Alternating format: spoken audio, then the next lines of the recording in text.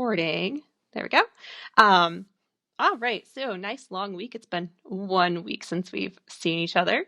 Um, Hopefully you guys had a nice, relaxing weekend. I am in the middle of grading the homework, so I'm about halfway through grading the homeworks. So on all of the homeworks, you'll see corrections on there. So even if you get full credit on the homework, please make sure that you look through the corrections I make on your paper, because there are some of them that are like small enough mistakes that I'm not docking for on this assignment, but may dock for in the future. So just, double check your assignment once it's graded to make sure that you've read all my comments.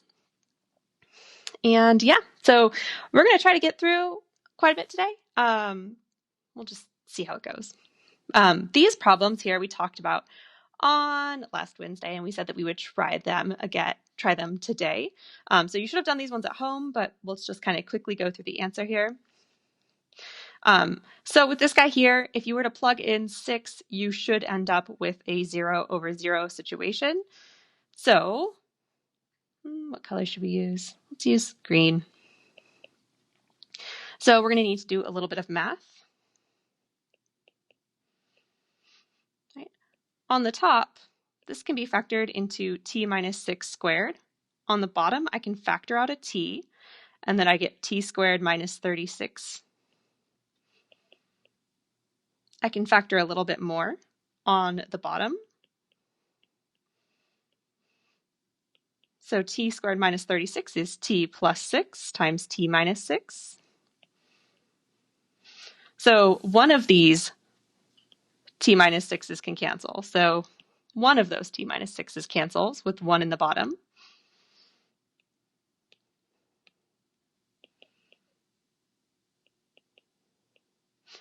So we have t minus 6 all over t times t plus 6. And if we plug in 6 now, so you get 6 minus 6 in the numerator, 6 times 6 plus 6. So we get 0 over 6 times 12, which is 72, hopefully, which is 0. So the answer on this guy comes out to be 0. It's okay to have a 0 in the numerator. You just can't have a 0 in the denominator. Questions on that one?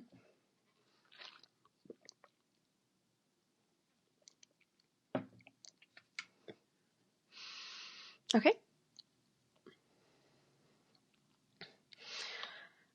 For this guy, you can just kind of see by sight. If you plug in 5, you know you're going to get a 0 in the denominator. Up here, you'll get 16 under a square root, which is square root of 16 is 4. 4 minus 4 is 0. So you'll have a 0 over 0 situation. So we're going to want to multiply by the reciprocal. That's always the go-to trick when we have a radical. So the reciprocal here, square root of 3x plus 1 plus 4. And we'll do that on the top and bottom.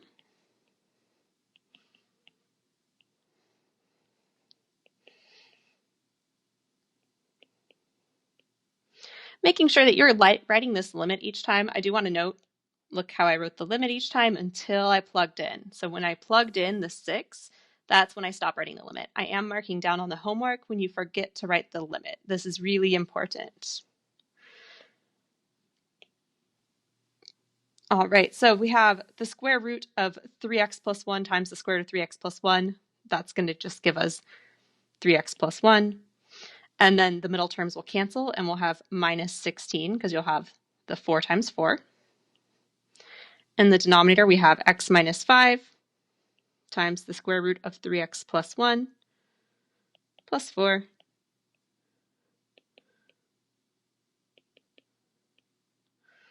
Okay. The limit as x approaches 5 of 3x minus 15 over x minus 5 times 3x plus 1 plus 4. On the top, we can factor out a 3.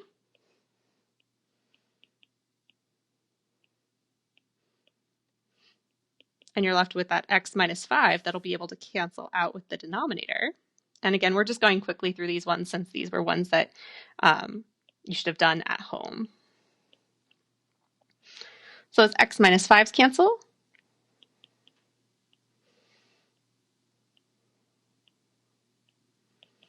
square root of 3x plus 1 plus 4. Let's try plugging in 5. So I'll drop the limit now because I'm plugging in.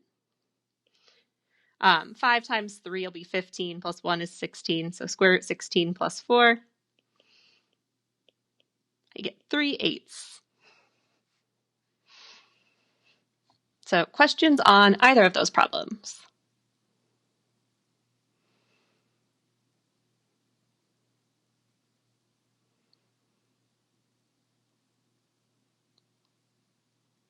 Okay. All right.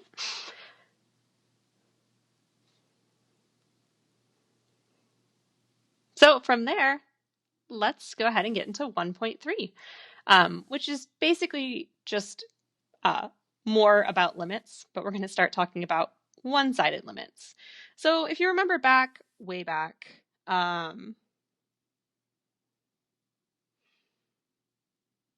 when we were talking about limits on a graph, and we talked about how we look at it when it comes from the left and we look at it as it comes to the right, and we make sure that they approach the same y value. I didn't give that a name. I just said the limit exists as long as if you come from the left and you come from the right, you hit the same place, then we say that that limit exists.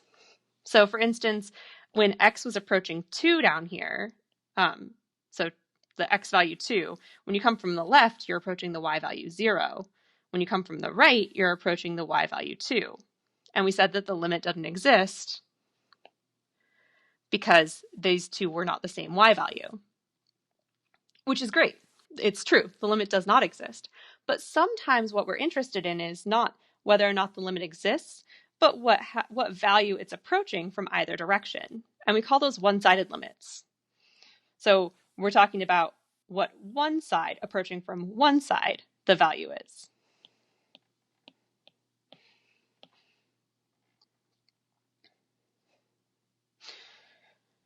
All right, so we have a right-handed limit and a left-handed limit, and these are exactly what they sound like. So right-hand limit approaching from the right, left-hand limit approaching from the left. Here's the notation for this.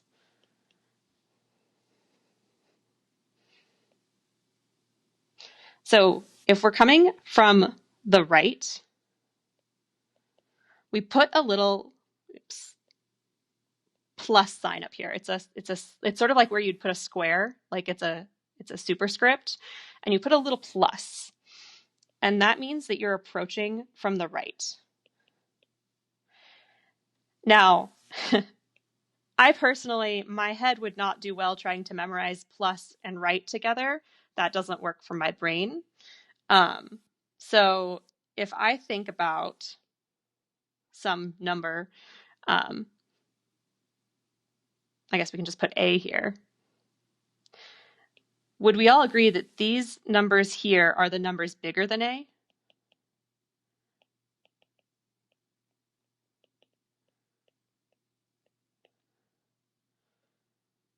I don't need to really put a question mark. Those are the numbers that are bigger than A. And down here, we would have the numbers that are smaller than A.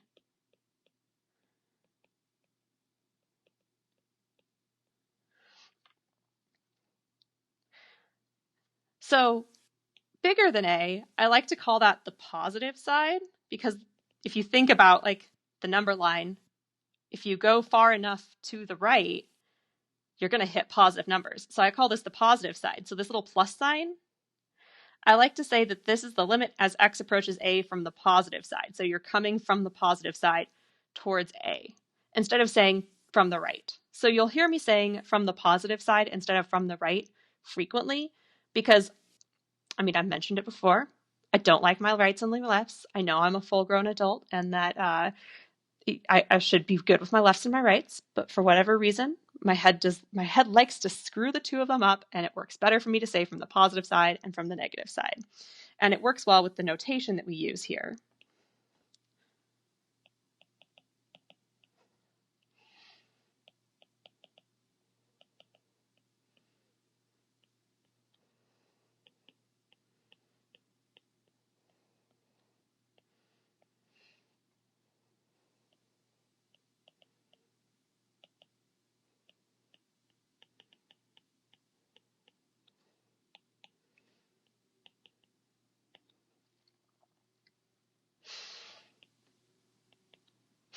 So when you're approaching from the positive side, you're approaching from the right side. And we have this little plus mark here.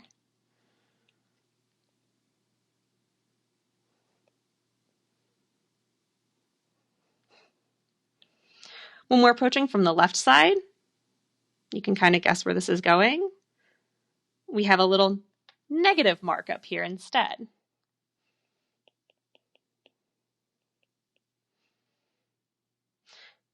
And this is the notation we use. So I like to call this the negative side of A. And if you're approaching from the left, you're approaching from the negative side.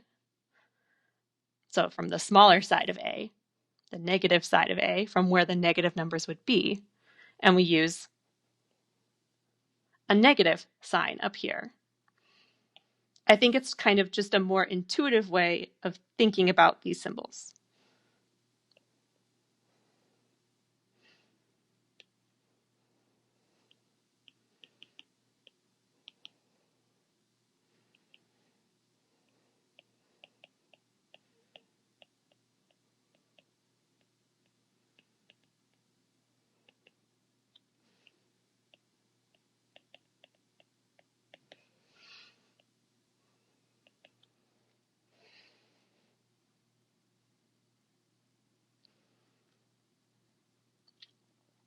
So in the case of the function absolute value of x over x, quickly remember what that chart looked like, what that graph looked like.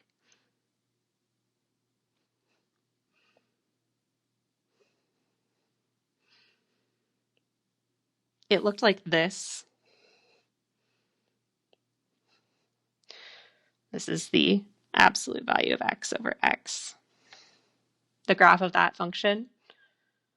So as you're approaching 0, the x value 0, from the left, or from the negative side, you're approaching the value -1. So as you approach 0 from the negative side, you're approaching -1. And as you approach 0 coming from the right side or the positive side, you approach 1. So really this is the same idea. Don't think of this as a different idea. This isn't a different idea. It's the same idea as before. It's just now we're giving notation to it. So this is an idea we've already talked about. We're just formalizing it with these little pluses and minuses so that we can talk about them instead of only talking about just purely the limit as x approaches a number. We can talk about it from either direction as well. So in the case of these guys, the limit as x approaches 0 from the positive side exists. The limit as x approaches 0 from the negative side exists. But the limit as x approaches 0 of the absolute value of x over x does not exist because those two values were different. So it's possible for each of the one-sided limits to exist, but for the limit itself to not exist. Which brings us to a theorem. This one's really important. So the limit as x approaches a of f of x is going to be equal to L, or just exist in the first place, if and only if both of the one-sided limits exist and are equal to one another. So coming from the positive side is equal to the limit coming from the negative side. And it exists at equals some number.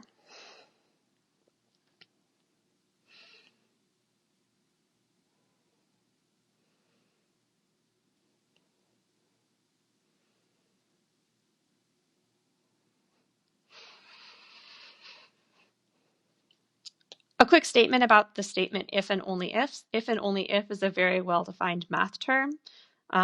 In math symbols, it has this, if and only if looks like this, which means it's an implication that works both ways. That means if this is true, if you know that the left-sided limit is equal to the right-side limit and you know what that number is, it's true that the actual limit is that value. Additionally, if you start off knowing that the limit exists and it equals L, then it means both the left and the right-hand limits are equal to L. So this works in both directions. That's what the if and only if statement means. And if you ever decide you want to become a math major, which is like the coolest thing ever, you do a lot of this in your upper division classes. It's really fun. Math gets really pretty. The higher you get in math, the less numbers you see. There's a lot more of this and a lot less of numbers, which is very exciting. Anyway, questions thus far? I think it'll make a lot more sense, especially as we get into these examples.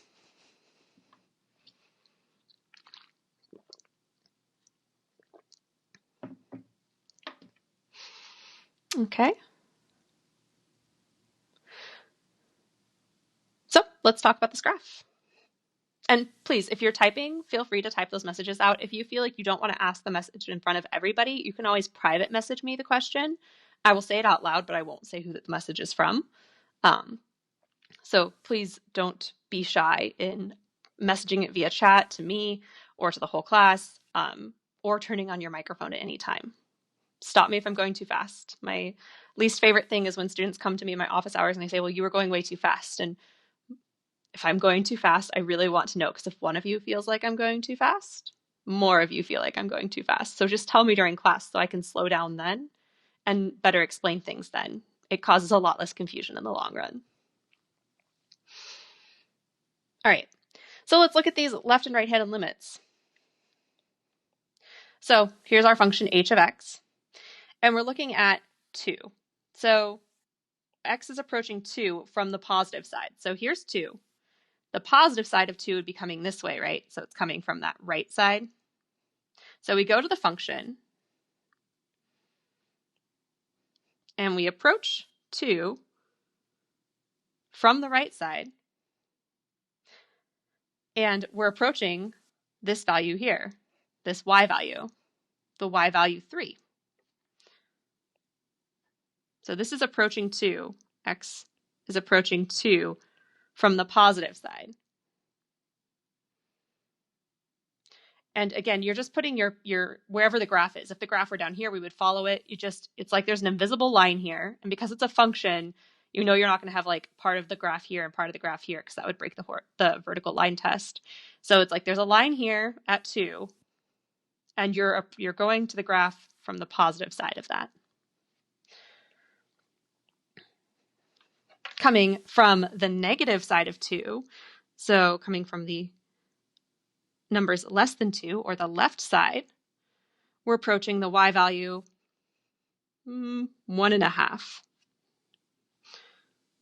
Here's 1, here's 3,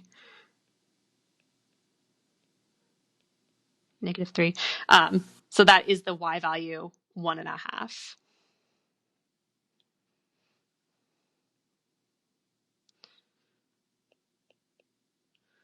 And this is x approaching 2 from the negative side.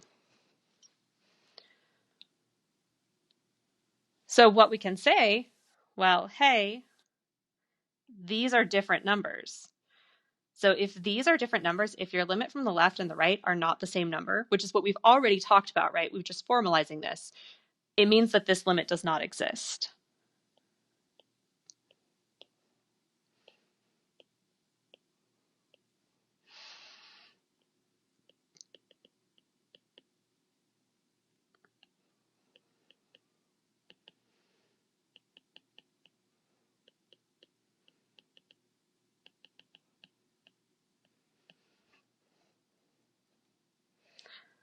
On the other hand, if we look at -2, so -2 over here, coming from the positive side, so taking this graph and following it towards -2 from the positive side, or the right side, x approaches -2 from the positive side, we're approaching the y value 4.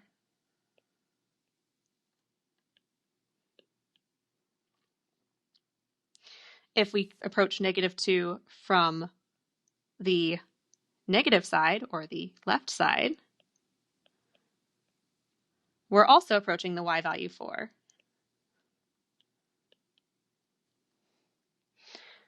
Because those two numbers are the same, we can say that the actual limit as x approaches -2 is 4.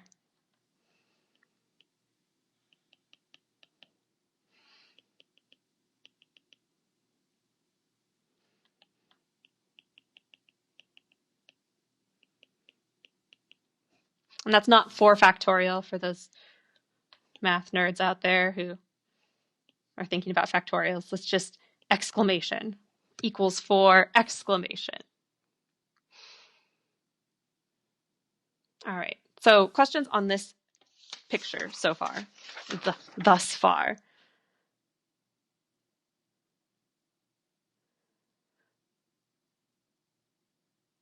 Everybody's really quiet. That makes me nervous.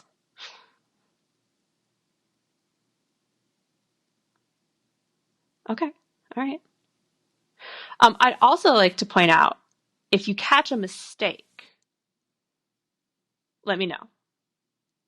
Weird things happen. Okay. Excellent. Excellent. Especially algebra mistakes. Those are, everybody's prone to them. All right, cool. Let's go forward then. All right, so example 1.3.2. We have another graph, and we're just going to do some more of these. So we have 2 examples of this. There's one down here and one up here. I'm going to go through this one, so you have another example to do, and then I'm going to have you guys go through the next one, 1.3.3. So looking at this one, we're approaching -1 from the positive side. So -1 right here, obviously. And approaching from the positive side, so from the numbers bigger than -1.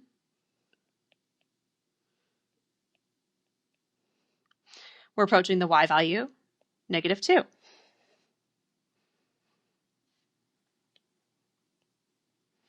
If we approach -1 from the left side, or the negative side, we're approaching the y value 1. So this is x approaching -1 from the negative side.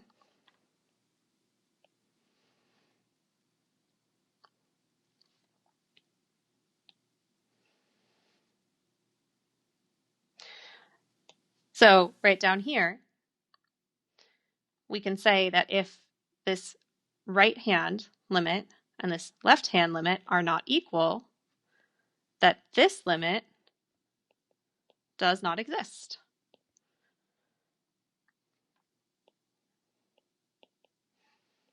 Because the limit as x approaches -1 from the negative side of k of x is not equal to the limit as x approaches -1 from the positive side of k of x.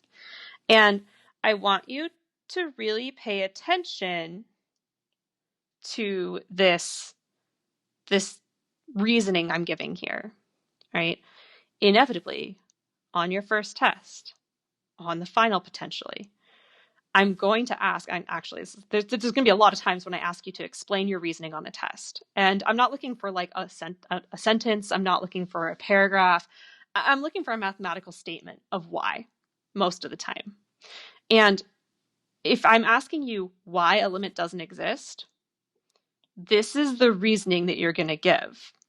If the problem is that the left and right hand limits are not equal to each other, this is how you would write it. Here's you have the left hand limit and the right hand limit, and they are not equal to one another. And that is the reason that the limit does not exist.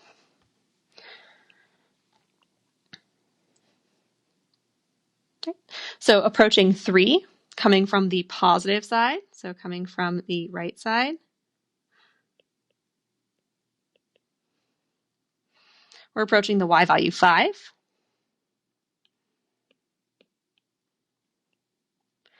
Approaching 3 from the negative side, or the left side, we're approaching the y value 5. So those two numbers are equal. And so we can say that the limit, we'll do that in black pen, the limit as x approaches 3 is 5 because these two are equal.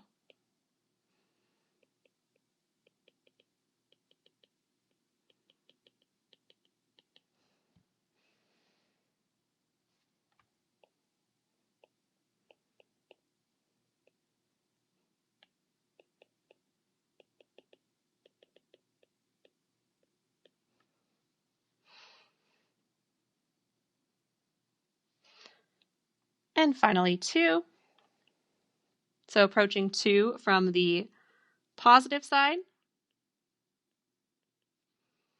we're approaching the y value 2. Approaching 2 from the negative side, we're approaching the y value 0.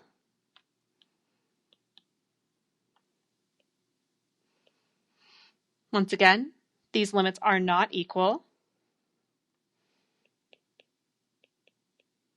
So the limit as x approaches 2 does not exist.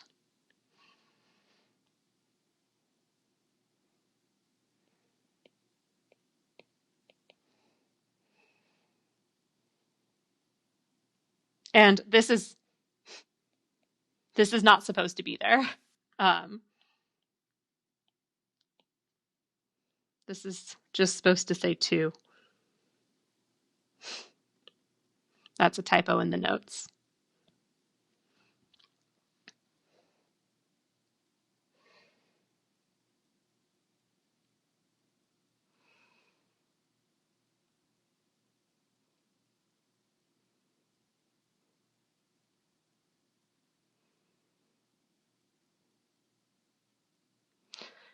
All right.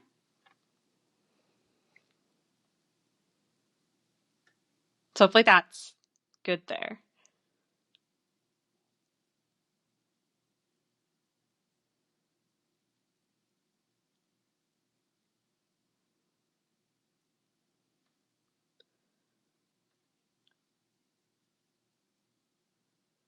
Go ahead and try out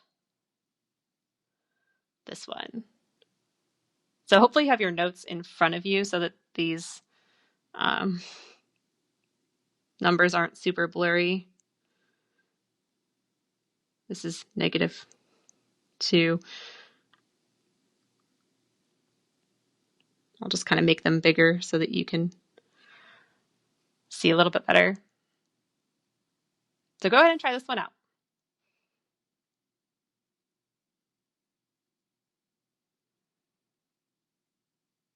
Maybe I'll stop the recording for a sec so I give you a chance. Cool. So then I'll start this recording again. And don't worry about it showing that it's like for those of you watching right now live and not in the future, don't worry that it says that the recording is starting over. It just records it in chunks. So everything that I said prior to now is still on the recording. Okay, excellent. So approaching -2 from the negative side, we're going to be approaching -1. Approaching -2 from the positive side, we're approaching -1. So that limit exists because both of these numbers are equal. The left and right limits are equal. So the limit as x approaches -2 is -1. For 4, approaching from the negative side. So might help here. I'm just going to kind of plot where this is on the graph because even though there's not a circle plotted there, every point on a graph you can put a circle. So anywhere along a graph, you can put circles because those are all points on the graph. So I'm just going to plot that point so it's a little bit easier to look at. So approaching 4 from the negative side, we are approaching the y value -2. Approaching it from the positive side, we're approaching the same value, -2. Those values from the left and the right are equal, which means that the limit is equal to -2.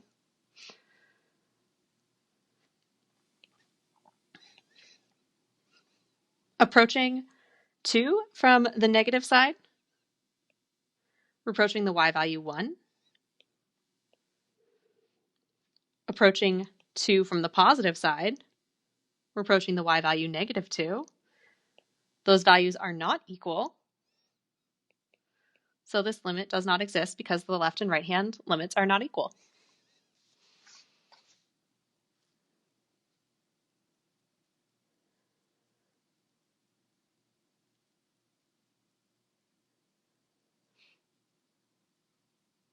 Excellent. Excellent.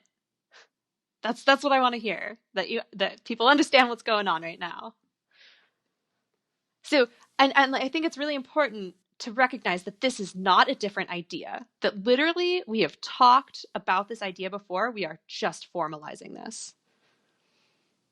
I'll make sure to give the compliments to the writer of this notes, because he did a good job with the putting graphs on there, and I think graphs really help.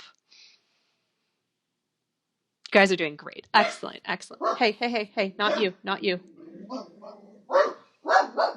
Hold on.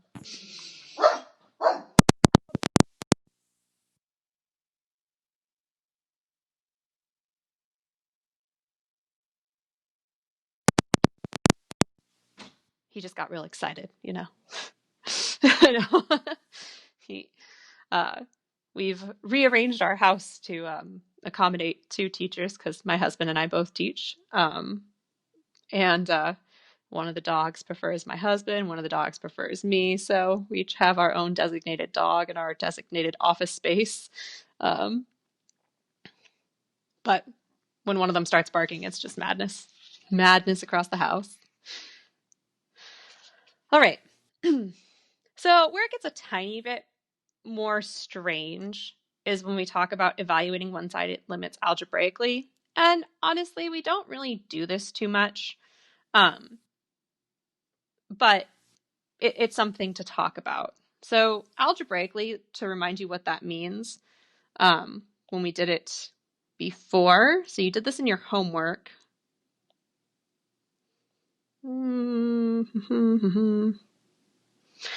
Was when we did it like this.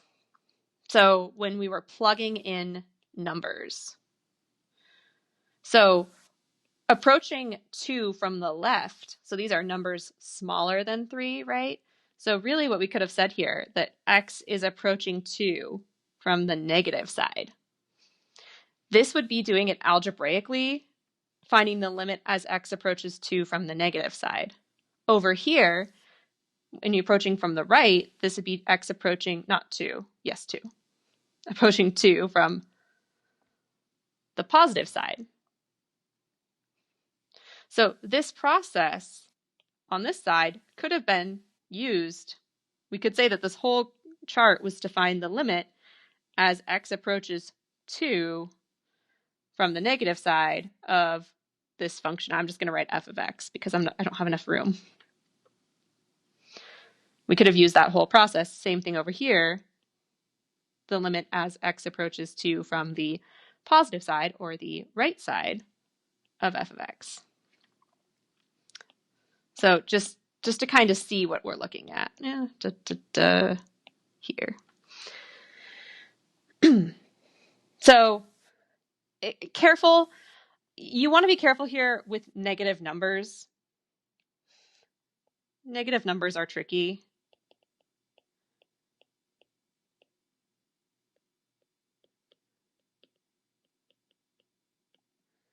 So with positive numbers, if you are like approaching x, if x is approaching 3 from the positive side, if we're working with positive numbers, this is numbers bigger than 3, right? Numbers bigger than 3. Like 3.1, 3.01, 3.001, etc. And from the negative side, these are numbers smaller than 3. And that's not a problem either, right? So 2.9, 2.99, 2.999, etc. Totally fine. When we talk about negative numbers, we just have to be careful because our brains don't like the way negative numbers work. So if x is approaching -7 from the negative side, number line, here's -7, here's -6, here's -8. The numbers in this range right here are going to be numbers that are -7 point blah. Right? The numbers between -7 and -8 are -7 point blah. The numbers in this range here, these are going to be numbers that are -6 point blah. right? So being careful because it's the opposite of how the positive numbers work. And I know it's a little bit weird to have this conversation about positive and negative numbers, but it's really important that you make sure your brain is adjusting. So these are numbers smaller than -7, like, again, a little weird, -7.1, -7.01, -7.001, etc. And approaching -7 from the positive side,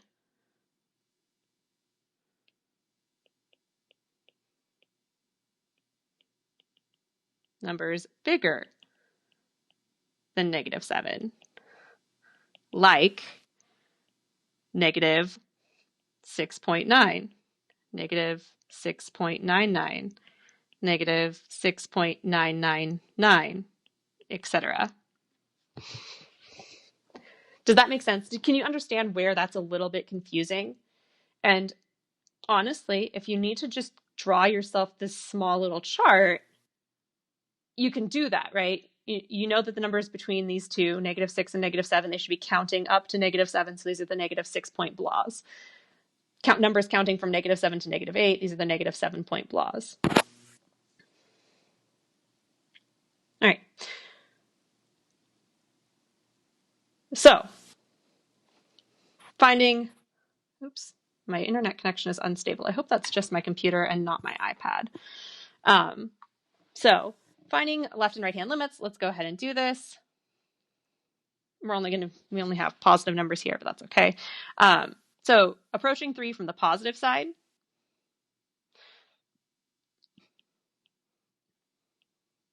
And our function is e to the x minus 5 over ln x. So we're going to use numbers like 3.1, 3.01, 3.001. Numbers that get closer and closer to 3. And I'm going to plug this in my calculator. So your e to the x button, you should know where that is. If you're on the Casio calculator, you can get to it by pushing the shift button, which is a circle on the top of the calculator, and then push the ln button. Because right above the ln button, you'll see an e and then a raised to a square. So if you push shift and then the ln button, you'll be able to enter your numbers. So just plugging this in on my calculator, 3.1, storing that in my x variable, doing e to the x minus 5, ln x. If you have a calculator in front of you, you can do this as well, right? I get 15.20056495. I'm going to do this with 3.01. I get 13.873168808. I'm going to do this with 3.001. 13.74556936. Now, as I do this, you're not really approaching a nice number here. Right? And this is where it's kind of different than what things were before. You're not approaching a really nice number here. And you can't really confidently say what this number will be. However, in most cases, and for certain, all the cases in this class, if you were asked to do something algebraically and it wasn't approaching a nice number like this, as long as nothing funny happened in here, right? If something funny started happening here, like you started getting math errors on your calculator, then you'd be like, well, that limit wouldn't exist. Like if you put this in your calculator and you got math error, it means that your calculator just doesn't understand what's happening. For instance, this would happen if you're approaching 0 from the negative side. So if you tried to plug -0.1 into this, it'll give you an error. As long as you're not having issues here and you're noticing that these numbers, they're happening, but they're not really approaching something nice or concrete, you can just plug in this number to this expression. So you've had no issues.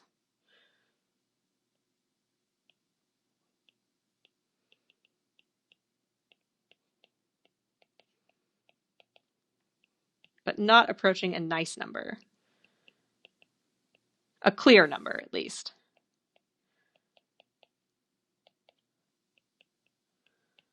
Just plug x equals 3 into the original function.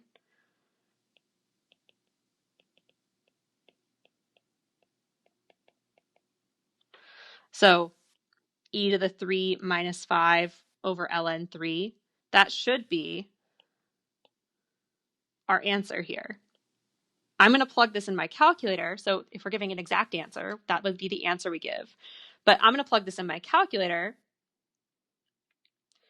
and see what number it gives me and see if that makes sense. So if I plug this number in, you get 13.731444746. This isn't an exact answer. This is an approximation, as are all of these. These are all approximations because you cut off the decimal. Your calculator cuts off the decimal. But this does look like a good guess based upon what these numbers are doing here, right? These numbers were getting smaller and they were getting into like the 13.7 range. So this feels like a good guess here. And I feel confident in saying that e to the 3 minus 5 over ln 3 is my answer. Once again, if something funny had happened in here that had given us a math error, that would be where we would say, okay, this limit doesn't exist.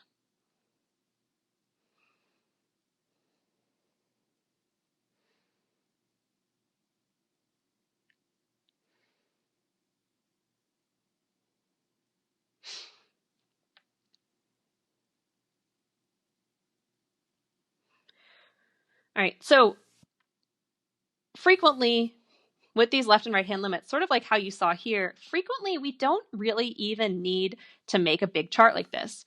For instance, if I said if there's no issues, you could just plug in the number, right? So really, you could just choose one of these numbers, see that it worked out, and say, well, it's pretty fair that I could just plug this number in here and get the answer.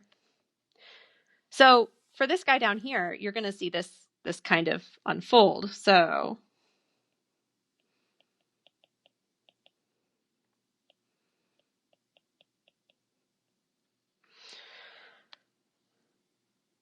we're approaching t is approaching 2 from the negative side.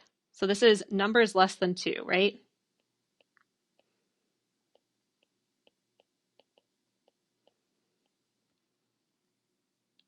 So I'm thinking like my 1.9, and you're going to see how this chart's not going to even be useful for me.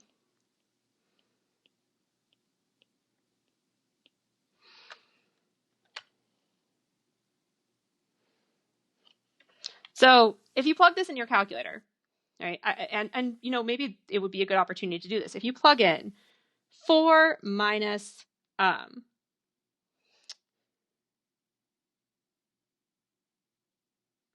I wanted this to be positive here. I thought this was the other way around. This one's going to exist. That's okay. We'll do both directions. Don't worry. We'll make this work. I wanted it to not work out, but then I realized this one works out. So we'll just do it from both directions and I'll move stuff around a little bit. 4 minus 1.9 squared. This one will come out on your calculator. This will be fine. Right, you're going to get 0.62449979998. You can do it with 1.99. You're going to get 0.1997498,436. You can do it with 0.999.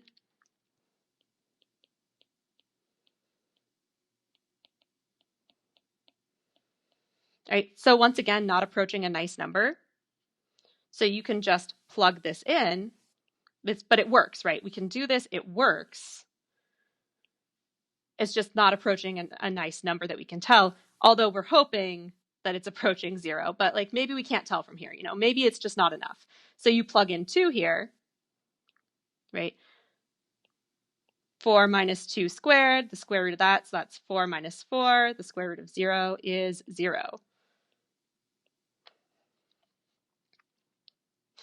But really, that wasn't what the one I wanted to show you was. And I had hoped that what we had here was the limit as t approaches 2 from the positive side. So this approaches 0. But the other one, this guy who I thought we had, this one's the interesting one, all right? Because the table won't matter. We're looking at numbers that are bigger than 2. Oh, and I shouldn't have.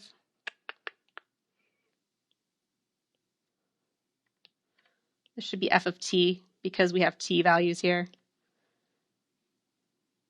I know that's being nitpicky, but I might as well do that.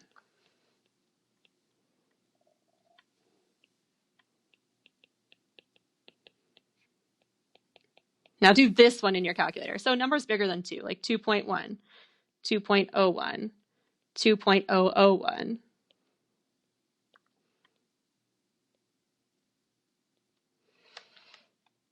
Do this on your calculator. Square root of 4 minus 2.1 squared.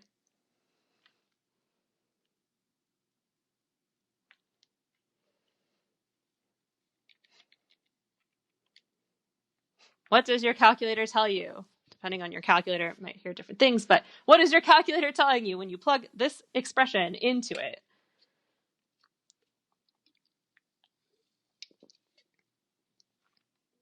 Excellent. It should give you a math error, right? And in fact, any of these will give you math errors. And I want you to think about why in the world this would happen. So you can't take the square root of a negative number, right?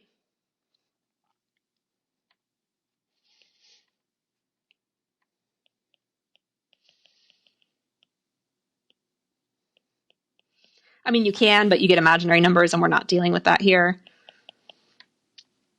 So if you square 2.1, this will give you a number bigger than 4.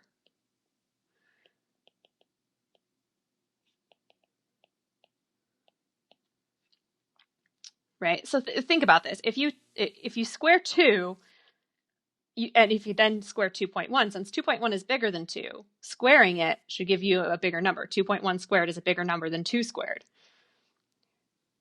So you have 4 minus a number bigger than 4.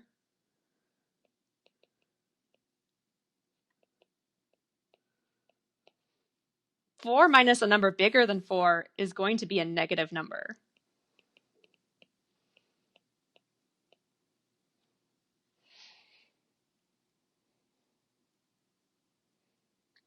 So this limit here does not exist. That limit does not exist because and you can see it right away what's happening. You're getting weird errors. You can't even approach from that side. It's a square root function. There's no approaching it from this side where you're getting negatives inside the square root, if that makes sense.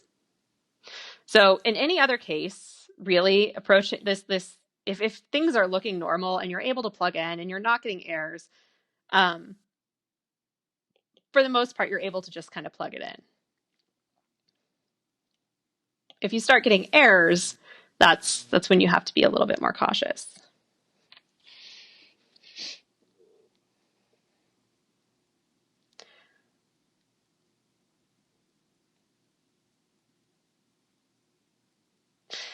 So, questions on that one?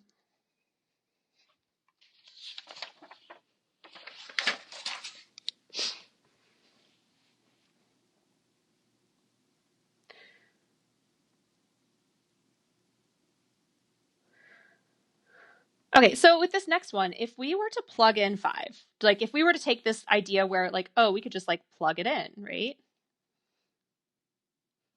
if we were to do that and get 5, like the absolute value of 5 minus 5 over 2 times 5 minus 10, we get 0 over 0, which is clearly a problem, right?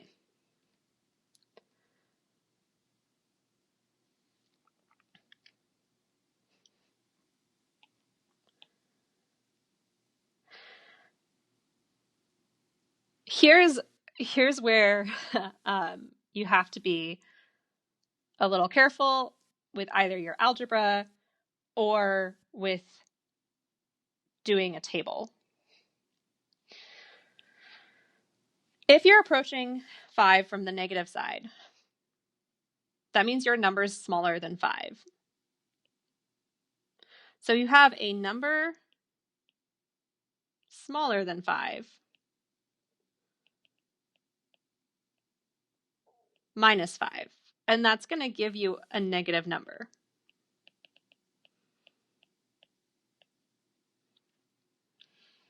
If you're doing a table for this, you're going to be fine. If you're not doing a table for this, if you're trying to just kind of figure this out otherwise, you have to pay attention to the fact that this is from the negative side and that you would get a negative number inside the absolute value. And you might say, well, that's not a big deal because there's an absolute value here. But you can't cancel, if you have the absolute value of x minus 5 over x minus 5, which this right here,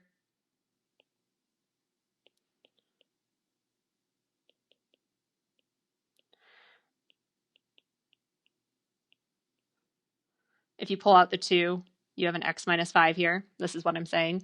You have to be careful here because if you have these, you can't cancel these and say that these are 1.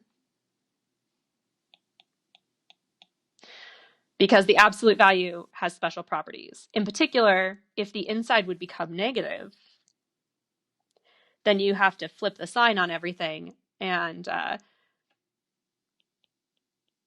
you don't need to worry too much about this, but I'm going to talk about this. Is technically a piecewise function, the absolute value of x minus 5. And technically, as long as x is greater than or equal to 5, you can just say that it's x minus 5. But if x is less than 5, it flips itself, right? If this is confusing to you, don't concern yourself too much at this point, but piecewise, absolute values are technically piecewise functions where if the inside is negative, you flip the value, you change the values on everything, the signs on everything inside the absolute value. So it's going to work a lot better here. Long story short, it's going to work a lot better here for us to do a table than to try to do some algebraic manipulation. Because if we do some algebraic manipulation here, we're going to end up in a weird spot because you're going to have to change this into negative x plus 5. So let's just make a table. Numbers that are smaller than 5. So we're talking about 4.9, 4.99, 4.999,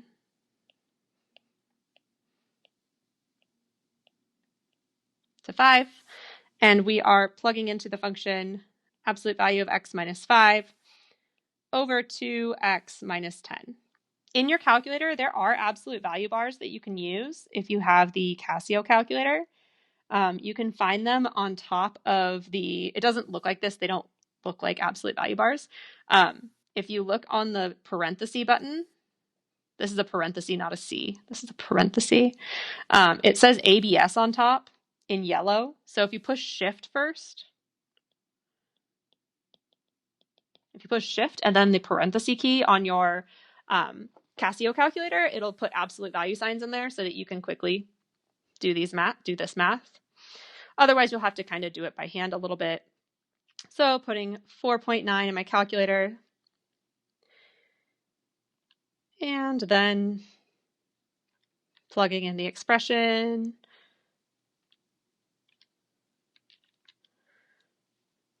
I get negative 1/2.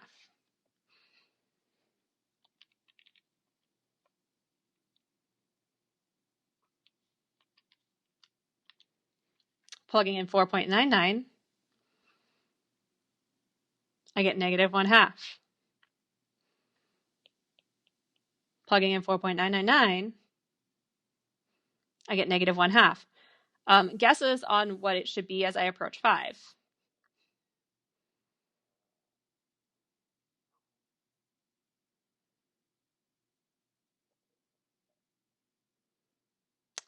You'd be correct. Negative 1/2 or negative 0.5. Either of those would work, right? And it's clear. The pattern makes it really clear. So the answer to this limit is negative 1/2, which if you had tried to cancel these, you would have just said it was 1/2. So it's just be careful with absolute value signs is kind of what I'm saying. And the table works really well in some cases.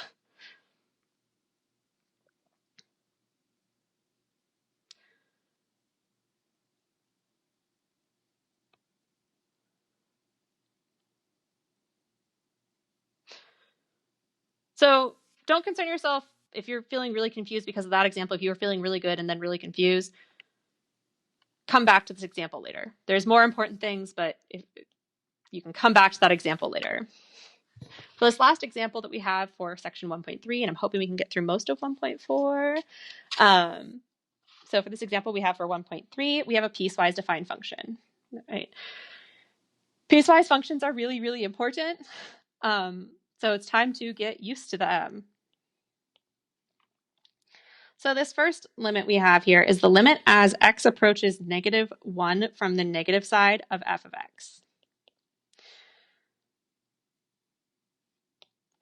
So this function has different pieces based upon what x value you're looking at. So for the x values that are less than negative 1, the function is just 2. That's just what it is. If your x values are greater than or equal to negative 1, but less than 2, then you use this part of the function. And then down here, if your x values are greater than or equal to 2, you're using this part of the function. So this is back from Math 126. So because negative 1, this is a negative 1 from the negative side, this is numbers that are less than negative 1, right?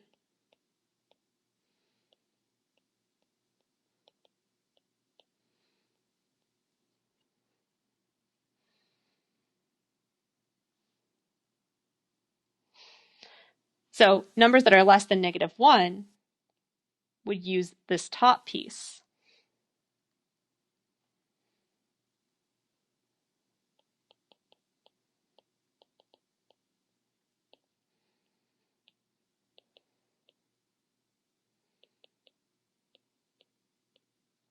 So that would just be 2. And the limit of a constant is just the constant itself. So that limit would be 2.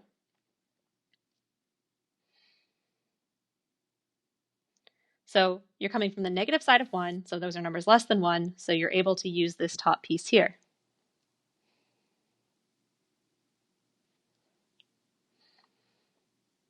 I'll just put b over here. The limit as x approaches negative 1 from the positive side of f of x.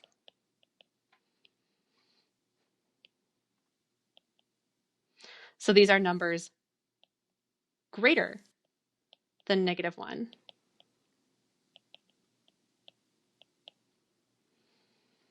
Right? But still close to negative 1, right? We're greater than negative 1, but we're close to negative 1.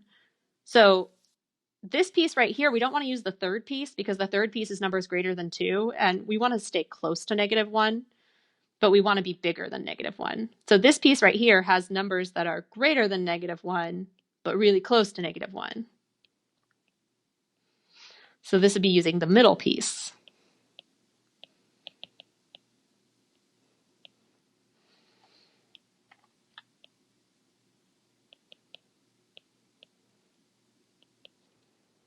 So the middle piece is x squared minus 3. Now with a polynomial, remember we know with polynomials that we can just plug this number in. It doesn't matter about the left or right hand side because the limit in general, if there was nothing here, the rule is if it's a polynomial, you just plug the number in. So with the left and right hand limits, if it's a polynomial, you just plug the number in. So plugging in -1, we have -1 squared minus 3. 1 minus 3. -2.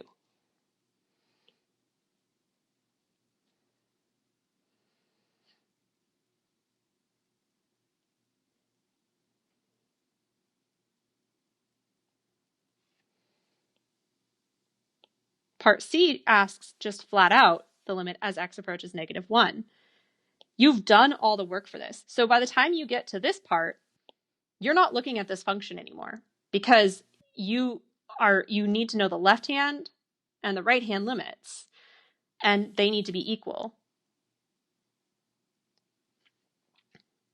So what is the limit as x approaches -1 of f of x? Using the left hand and the right hand limits. There it is. There it is. Yep, DNE. This does not exist. And it's because the limit as x approaches -1 from the negative side of f of x is not equal to the limit as x approaches -1 from the positive side of f of x. The left and right hand limits are not equal, so that limit in general does not exist. So when you're given part D, which is just the limit as x approaches 2 of f of x, this is actually a 3-step problem, because when you're asked this, you have to find the left-hand limit, the right-hand limit, and then compare the two. So really, being asked this question is like being asked part A, part B, and part C. It's in making you do part A and part B without telling you that you're doing part A and part B.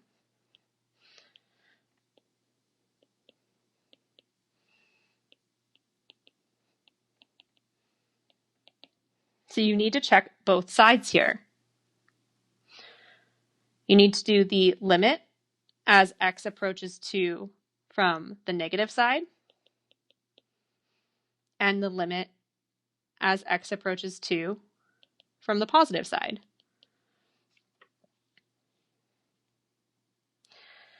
If you're approaching 2 from the negative side, which portion of the piecewise function are you using? Are you using the top, middle, or bottom? If you're approaching 2 from the negative side. I hear middle, middle.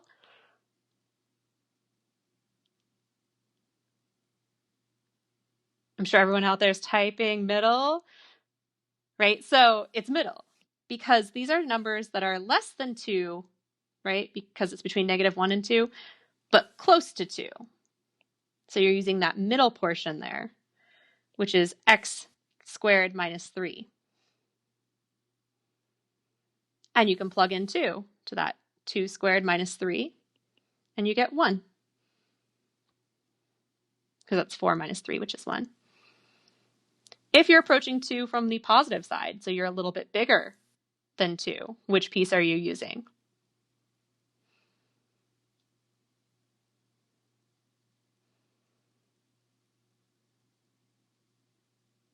Bottom. Excellent, excellent. So yeah, numbers that are slightly bigger than 2, right down here, using this bottom piece.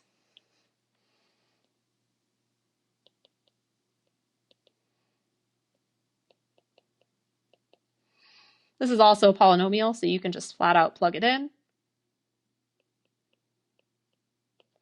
So this is going to be 2 minus essentially 1, because these would cancel, which is 1.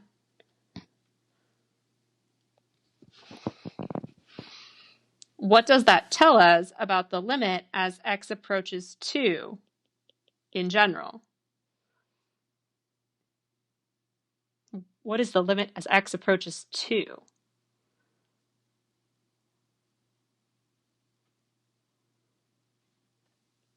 Yay, it's 1.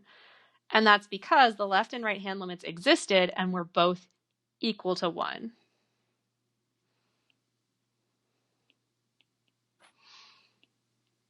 So if we're giving the reasoning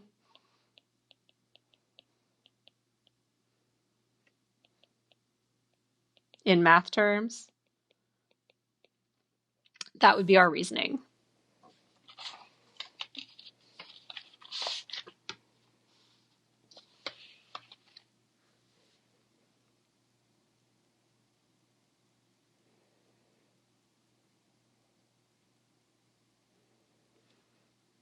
So can I answer any questions on this left and right hand stuff?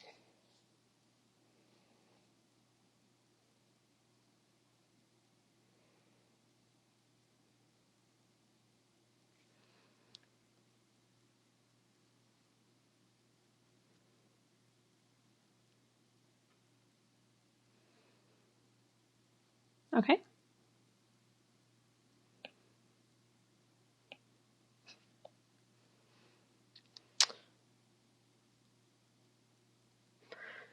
All right. So we're going to talk about infinite limits.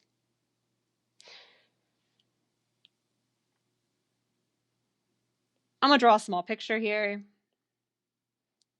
So you remember back in Math 126 when you talked about vertical asymptotes? And so it's like you would have like a function that would like hug the asymptote in both directions.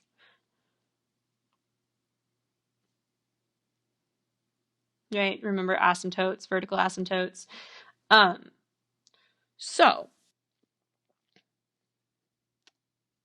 in this case here, in this little picture I've drawn over here, this really beautiful picture, if we're looking at the limit as x approaches 2,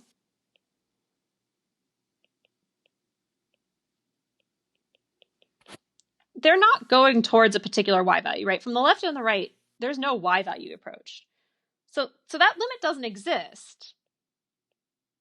However, both the y values go off to infinity in either direction. In either direction, those y values are just going to grow forever and go off to the y value positive infinity, which is, way up here.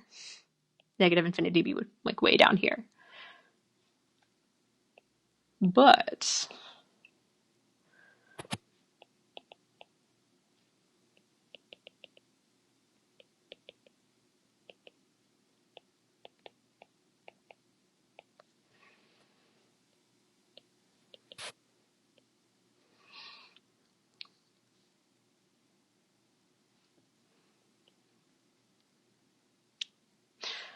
so that limit doesn't exist, but we can say that either side, they go to infinity. So if you're looking at a limit, we can go a little bit further than saying DNE. Sometimes DNE is the only answer. So for instance, going back, if I go way back to this guy right here, like the reason that this limit here did not exist is because it wiggles. It doesn't really do anything that you can, there's nothing you can do here.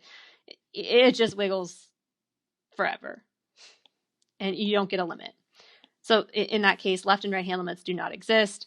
But in this case here, and in a lot of cases, it may not exist, but you can say that both the y values go to positive or negative infinity.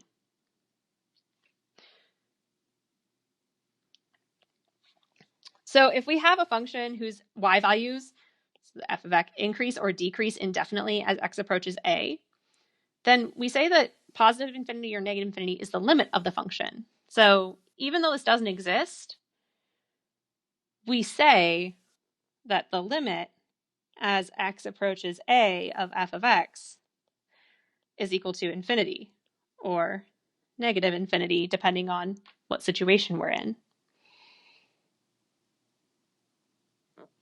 So a few notes. One, even though we say that the limit is positive or negative infinity, the limit still doesn't exist. We just know more about it. So we'll say it's positive or negative infinity. We don't say DNE anymore, but it doesn't exist because positive and negative infinity aren't actually numbers. So just a little note.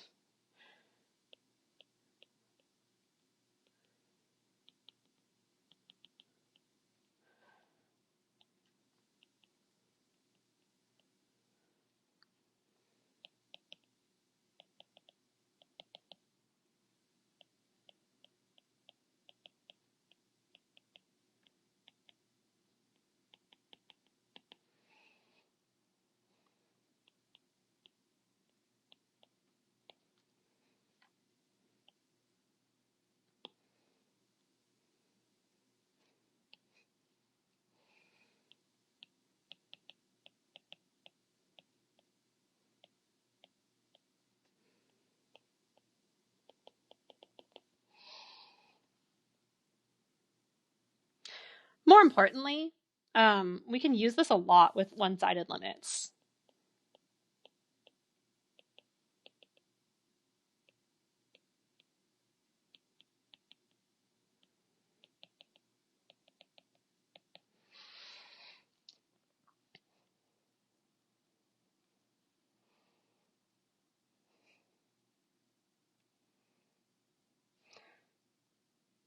So if I look at this limit as x approaches 1, of 1 over x minus 1 quantity squared, we'd start off by trying x equals 1. So plugging in that, we'd have 1 over 1 minus 1 squared. This is going to be 1 over 0. Now, in the case where you get 1 over 0, a number over 0, this is going to mean you need to check the left and right hand limits to see which infinity they head towards, because this always means a number over 0. So not 0 over 0, but a number over 0. That's going to mean it goes to positive or negative infinity. So kind of small recap here. If it's 0 over 0, it means you need to use a trick. If it's 0 over a number, that means that the answer is 0. Like 0 over 2 is 0. And if it's a number over 0, that's going to be positive or negative infinity, and you need to decide which.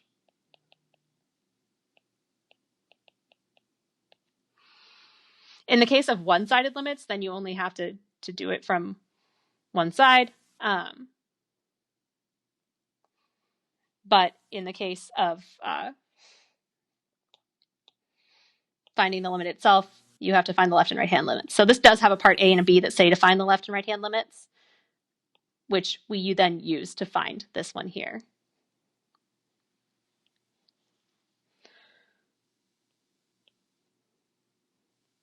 So we'll do the left-hand limit. So it's the limit as x approaches 1 from the positive side of 1 over x minus 1 squared.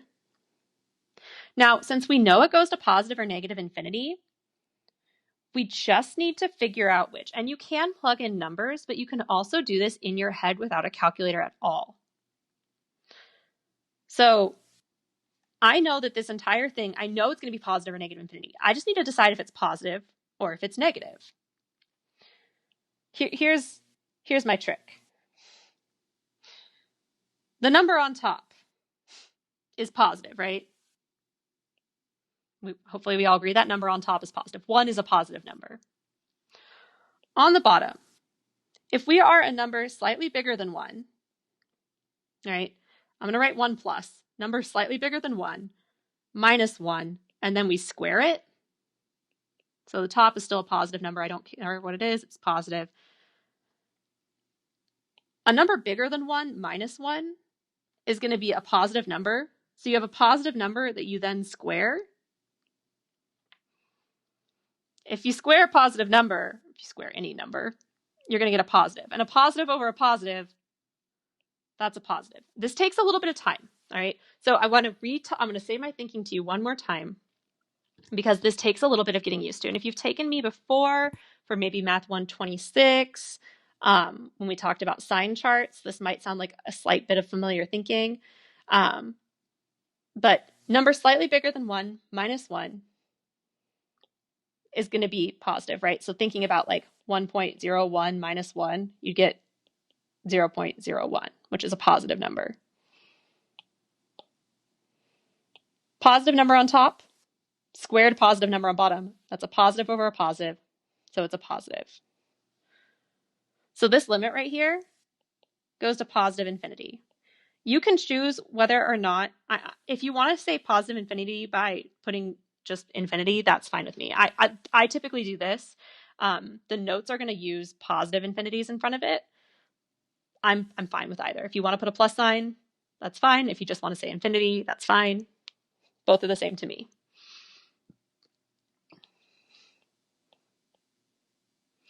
So if we come from the smaller side of 1, from the negative side of 1, we still have a positive on top, right? 1 is a positive number. On the bottom, we now have a number smaller than 1, so I'm going to say 1 minus 1 quantity squared. So a number smaller than 1 would be something like 0.9 minus 1, and this would give you a negative, right? If you have a smaller number than 1 and then you subtract 1, then you get a negative number. So we have a positive number on top. The number in the parentheses is a negative, but we're squaring it.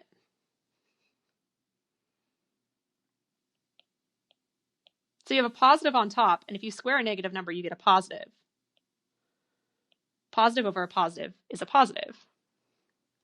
So once again, don't try to think too hard about this. This part, I think, is the part where you can get kind of confused. What this is saying is number smaller than 1 minus 1 is a negative number.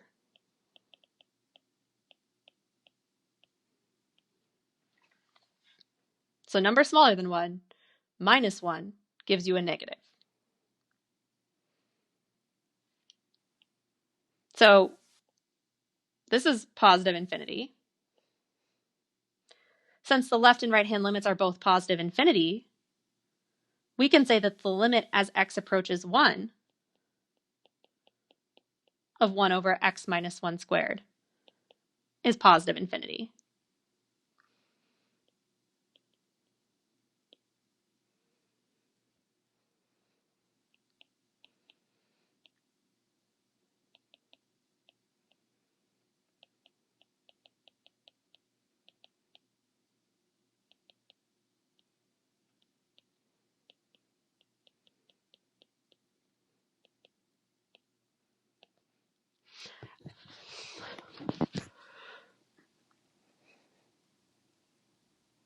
So you could do this by plugging in numbers. If you in your calculator, if you plugged in 1 over 0.99 minus 1 quantity squared, if you plug this in your calculator, you're going to get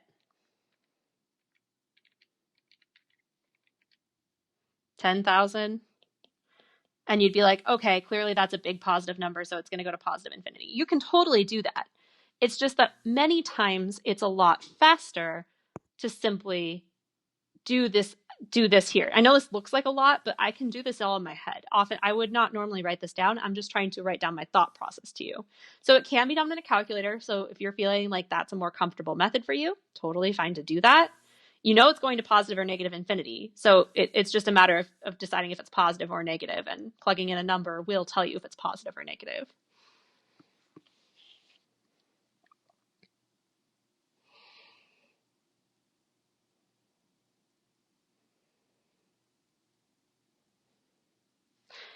Can I answer any questions on that before I move to the next one?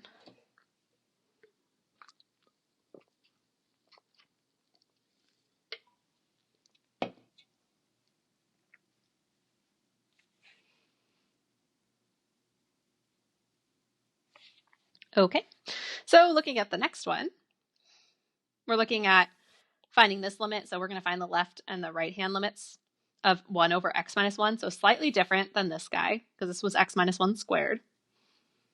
Oh, so to get d and e as answer, one side would be negative infinity and the other positive. Beautiful. Yes. Yes. I'm going to repeat it one more time, especially for the recording. To get d and e as an answer, one side would have to be negative infinity and the other would be positive infinity. Beautiful, simple answer to it. Yes. Beautiful. Excellent. So looking at this guy, we have the limit as x approaches 1 from the positive side of 1 over x minus 1. Right, so using my little trick thing, when I plug it in, first of all, 1 over 1 minus 1, 1 over 0, this is positive or negative infinity, so we know we need to choose. So using my trick,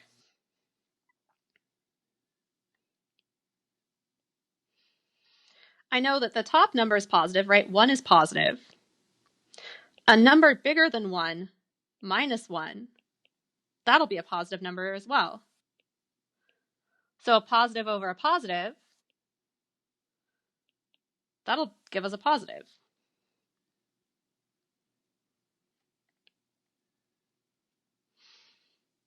So the limit as x approaches 1 from the positive side of 1 over x minus 1 is positive infinity. On the other hand, if I do the limit as x approaches 1 from the negative side, 1 over x minus 1,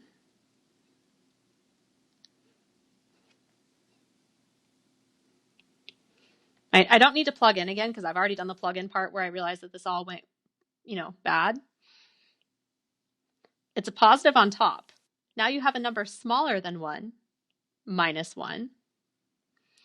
So a smaller number minus a bigger number, that'll be a negative number. So you have a positive over a negative, right? So if you have a positive over a negative, if you have 4 over negative 2, this is negative 2, right? A positive divided by a negative gives you a negative.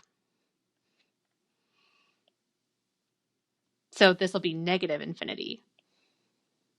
And so just like Catherine said, we now have that the left and right-hand limits are different infinities.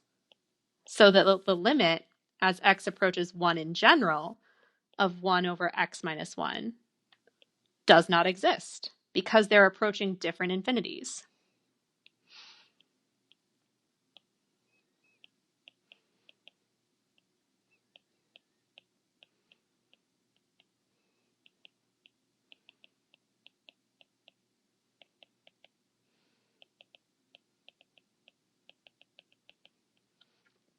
So graphically, what this looks like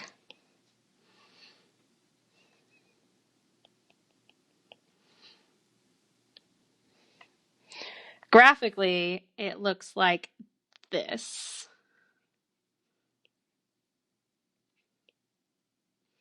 So from the right side, from the left side, you're approaching negative infinity because it goes off forever down here. And then from the right side, you're approaching positive infinity because it goes up.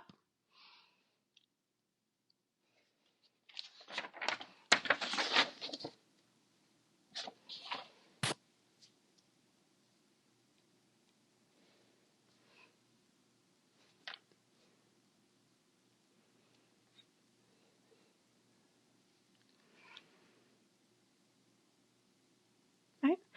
So let's do a few examples.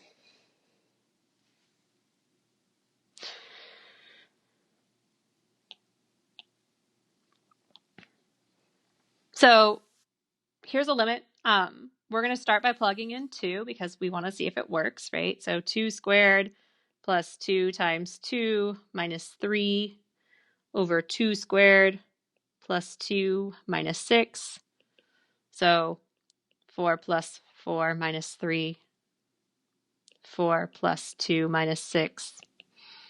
We get 5 over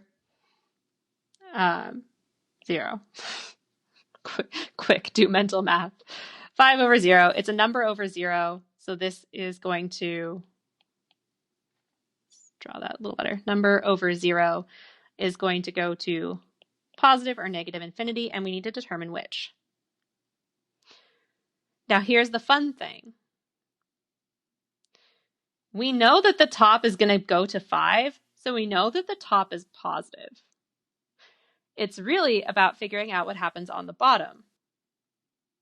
That's kind of the tricky part.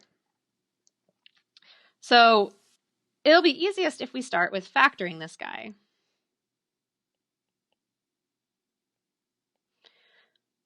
And we can factor the top if we want to, but you're going to see that the top becomes positive because this number is positive. So factoring, we have t plus 3 times t minus 1. And then we have t plus 3 times t minus 2. We can cancel out these factors.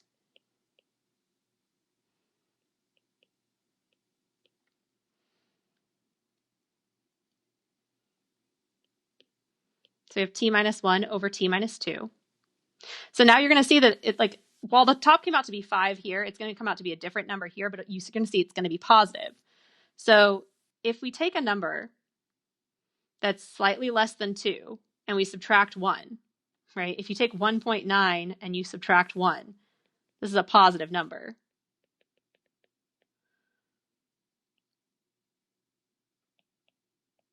So that's a positive, just like we found out here. On the bottom, a number slightly less than 2, subtracting 2. Number less than 2, right? 1.9 minus 2, that's going to be a negative number.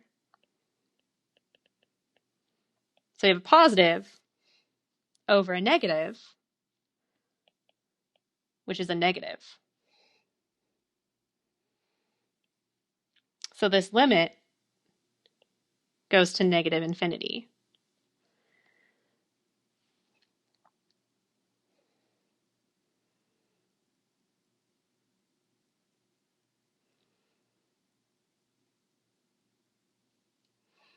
So one more time to recap these skills, you're only doing this positive negative thing if you plugged in the number and found out it was a number over 0. When it's a number over 0, that's when you're going to positive or negative infinity. All right. And in some rare cases with ln, but I don't think we're going to go into that until this class.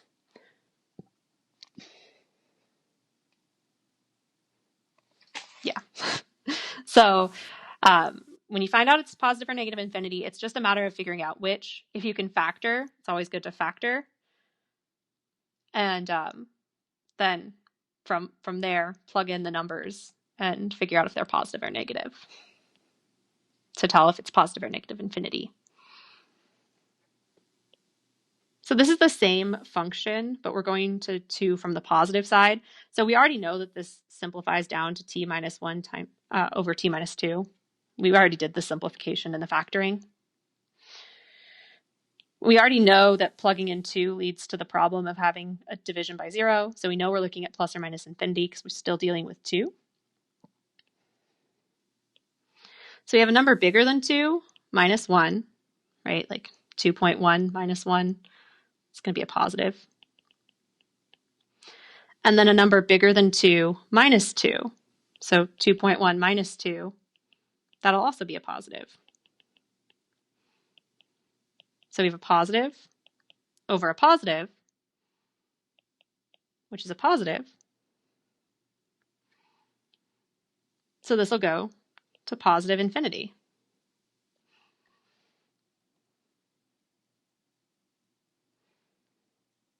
This does allow us to say that the limit as t approaches 2 does not exist. There's not a question here, but it does allow us to say that the limit as t approaches 2 does not exist. I want to caution you. So when it says use plus or minus infinity or DNE as necessary, I understand that when you're going to plus or minus infinity, this means that it doesn't exist. But when you're given the option of using plus or minus infinity, that means use plus or minus infinity if that's what it comes to. All right, so even if it doesn't exist, if it goes to positive or negative infinity, you need to give one of those as an answer. You're only giving DNE really in cases where those left and right hand limits don't match up.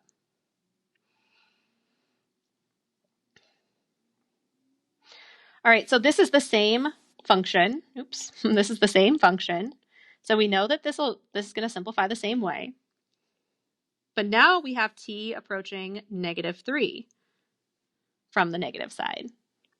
We have t minus 1 over t minus 2. So we're doing a new number now. We were doing 2 before. Now we're doing negative 3. So we've already factored and simplified this fraction. We can go ahead and plug in to see if we get, an answer, right? We can plug in negative 3. Negative 3 minus 1 over negative 3 minus 2. I get negative 4 over negative 5. I get 4/5.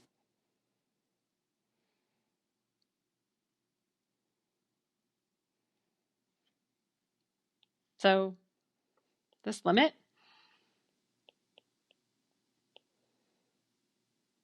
is 4/5.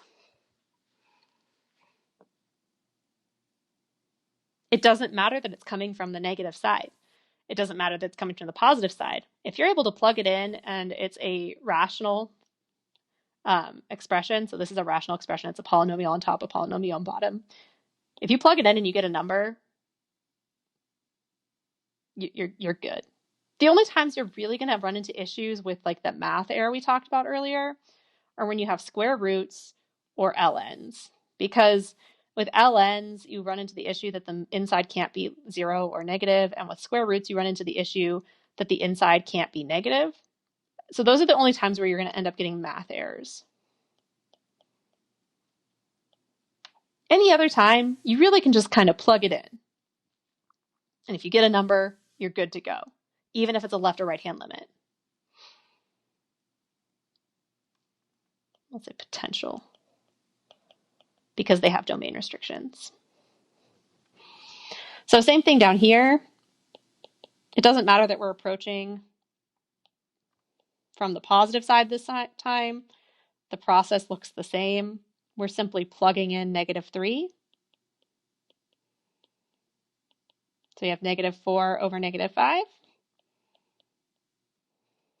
You get 4/5.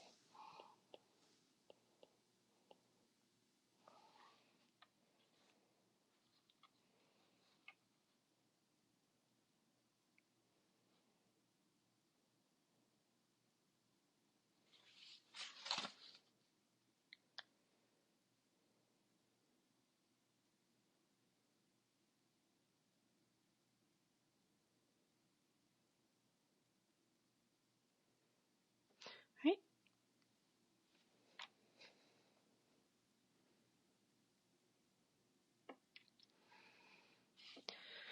So I kind of mentioned this in my very beginning intro of this. If you have a limit, a one-sided limit that goes to positive or negative infinity, like you see in these pictures down here, there's a vertical asymptote there.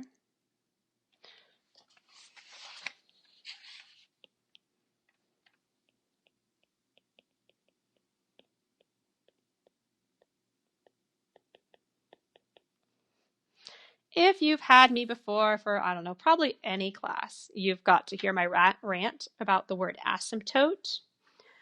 And I know I'm not hearing your voices, so there's not the opportunity for you to say it wrong, but I do feel like I still have to have this mini rant. And if you've taken me before, you're probably giggling to yourself because you know where this rant is going.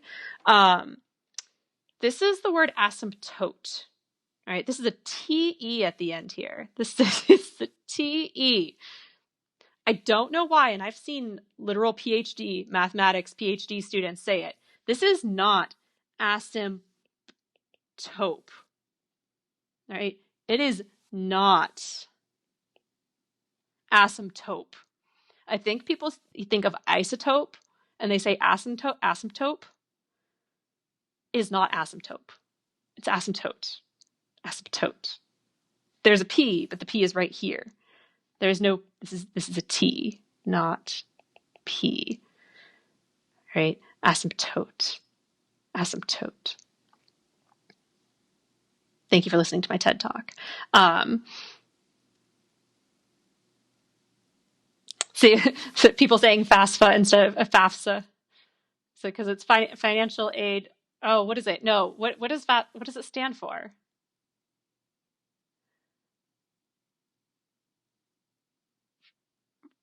Is it financial aid for student assistance?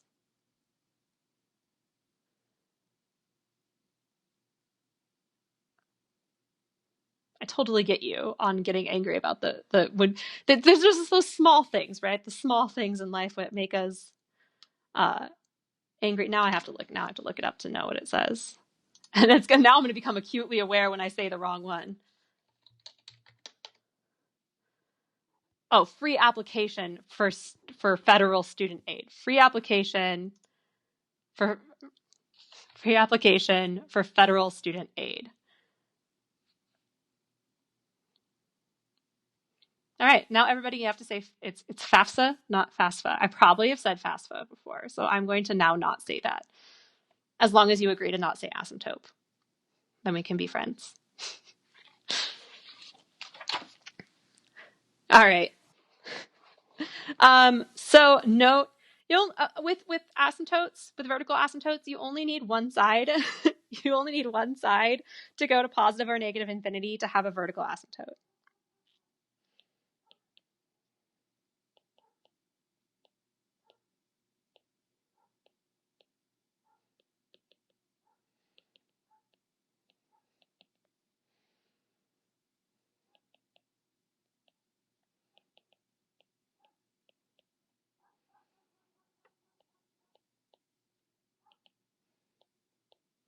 So I will abbreviate vertical asymptote as VA.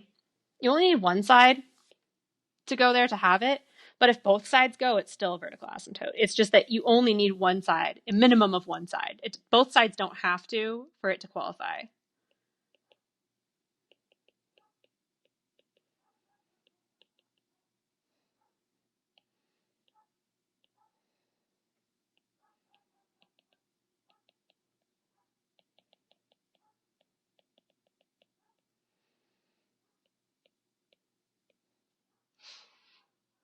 So my neighbor's dog just started barking really loud. Hopefully you can't hear it. But it made me realize like it's colder outside, which then made me realize it's time to put up holiday decorations. And then I got really excited because it's going to be cold soon. And at least there's holiday decorations that'll be coming soon to make everybody feel a little bit better about everything that has been 2020. So maybe I just reminded you about the holiday season. Maybe that makes you guys a little bit happy. All right, let's talk math again. Back to the math. Don't say that. Don't say it's going to be 100 degrees again next week. I feel like I saw that on my phone, but I'm just ignoring that because it's like what? It was like 64 degrees this morning. So, oh, it's 75 degrees now. And yep, back to 98 by, well, 94 on Saturday, 96 on Sunday. When I first moved here, someone told me like, basically you can expect the weather to get down into the fall range by Halloween. Like Halloween is like that magical turning point when everything turns back to fall weather. And it feels so far away. Why is it the end of October? It feels like it should be like middle of September. Ugh, okay. I miss cold weather. Alrighty, tidy. So looking at both of these graphs. So here, let me just kind of draw in the axes. So like here's an axis. And then this is an asymptote right here. This is the graph. Oh, jeez. No. I mean, I don't need to draw it in, but I feel like I want to draw it in. All right.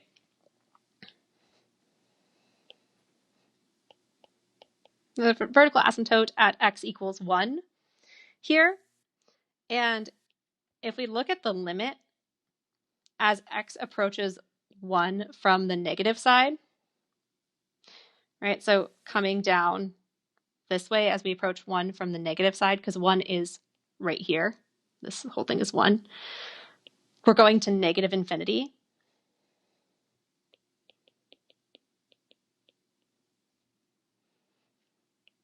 And if you approach 1 from the positive side, you're going up to positive infinity.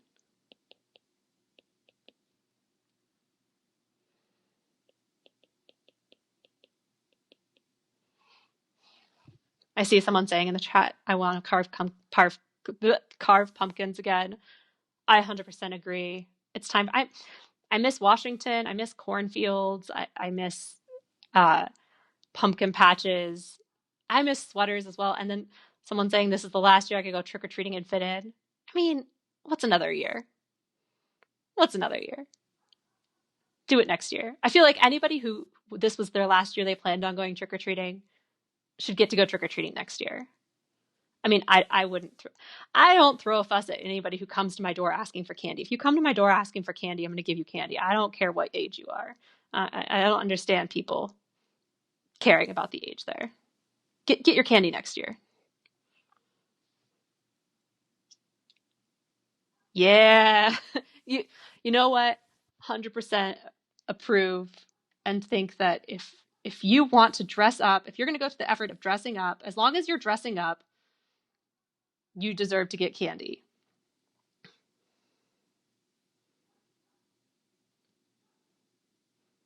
as our math lecture slowly gets off course.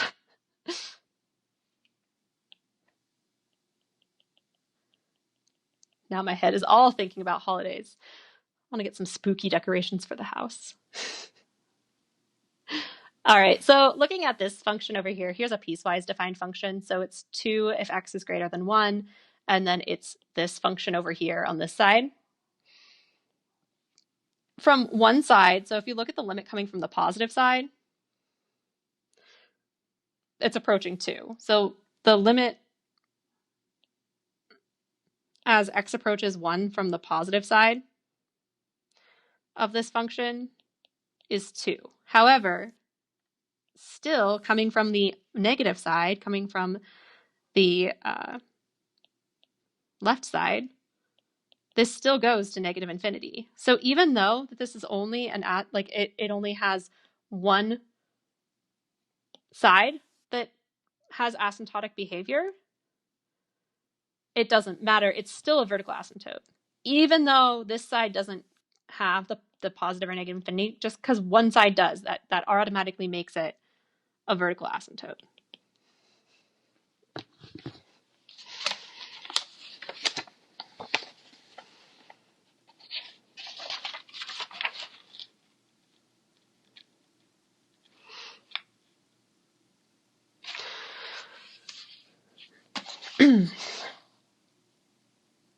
So that's something to say about vertical asymptotes there. We have like 3 minutes. I'm going to get something else in here, but I'm going to skip, first of all, this problem. Ignore this one. I'm not super concerned about the vertical asymptotes as much. It's important to know, important for graphing. I'm not going to spend a lot of time there.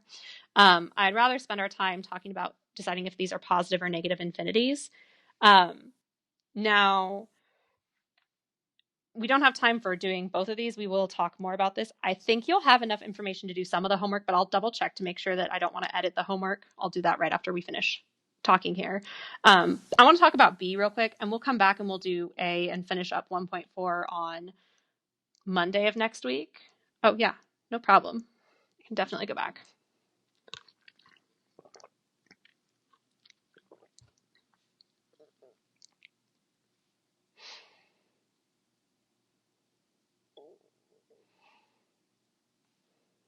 No problem. So I want to talk about this part B down here on the next page.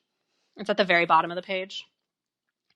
So you can see right away, if you plug in 0, you're going to have a number over 0, right? You're going to have like 2 over 0 minus 1 over 0. And like these are both issues, right? Like this is number over 0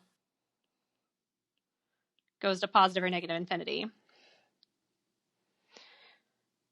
So if we tried to do these separately, if we were like, hey, okay, so let's do the limit as t approaches 0 from the positive side of 2 over t squared minus the limit as t approaches 0. If we tried to do these separately, and you're gonna see we can't. If we tried to do these separately, this guy right here, you'd have a positive number over positive. This positive side of 0 is just positive, right? So a positive squared. So that'd be positive. This guy here, you'd have a positive over a positive, so you'd have a positive. So you'd have positive infinity minus infinity. Right? I mean, if you want, you could write it as positive infinity minus positive infinity. Either way, the situation you have is infinity minus infinity, which is what? I'll tell you one thing. It's tempting to say that infinity minus infinity is 0, but it's not 0. Because not all infinities are made equally. So some infinities grow faster than other infinities. I see a guess. The guess that is in the comments is actually right. I'm going to explain why. So not all infinities are equal. Some infinities grow faster than other infinities. In this case, one of them does grow faster than the other, and you end up with a different situation happening. If they grow at the same rate, you could end up with 0, but not all infinities grow at the same rate. So we have a little bit of work to do. The trick here is that you need to make a common denominator and try again.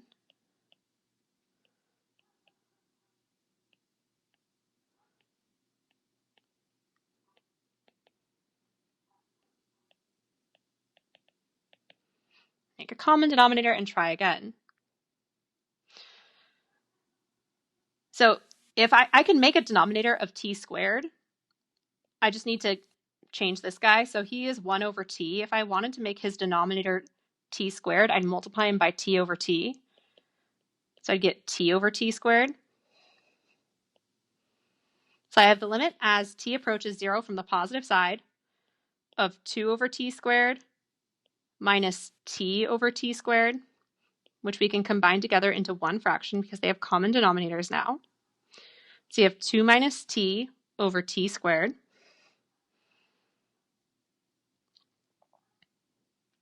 And now we can do the thing where we plug in 0.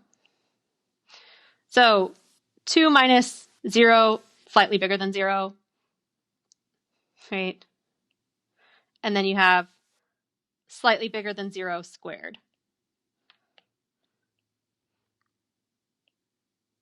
So the top is positive. 2 minus a number slightly bigger than 0 is positive. If you plugged in 0 right away right here, I guess I probably should have done that. If you plug in 0, 2 minus 0 over 0 squared gives you 2 over 0, which is a number over 0. So it goes to positive or negative infinity. I should have done that first. I know it's going to positive or negative infinity because I am dividing by 0 and I have a number on top. So I end up with a positive on top. A positive number squared is a positive. So I end up going to positive infinity. So if you ever end up with infinity minus infinity, you need to try something else. Try to make the same denominator oftentimes is the trick.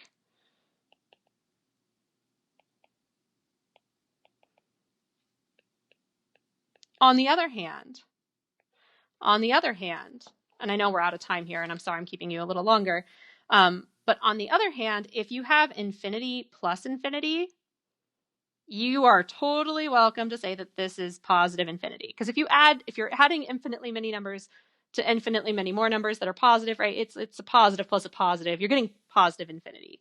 And if you have negative infinity and you subtract infinity, this will go to negative infinity. The problem areas are if you have negative infinity plus infinity, this is a problem. Or if you have infinity minus infinity, this is a problem.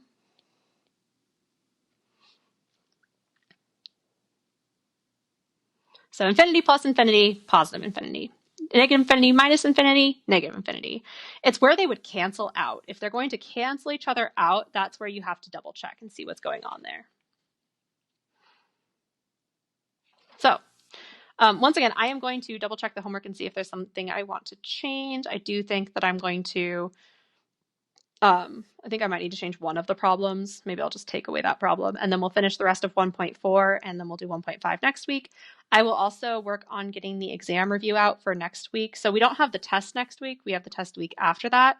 I'm hoping early next week to have the exam 1 review out. So like this is, we have this week, we have next week, and then it's exam 1 week. So I hope to have the review out early this week. You'll have Monday through Friday on exam 1 week. So during exam weeks, it is due Friday. Please keep that in mind. You don't have until Sunday. You have until Friday. So make sure it's turned in by Friday of exam 1 week. Again, not this week, not next week, the week after. Can I answer any questions for anybody?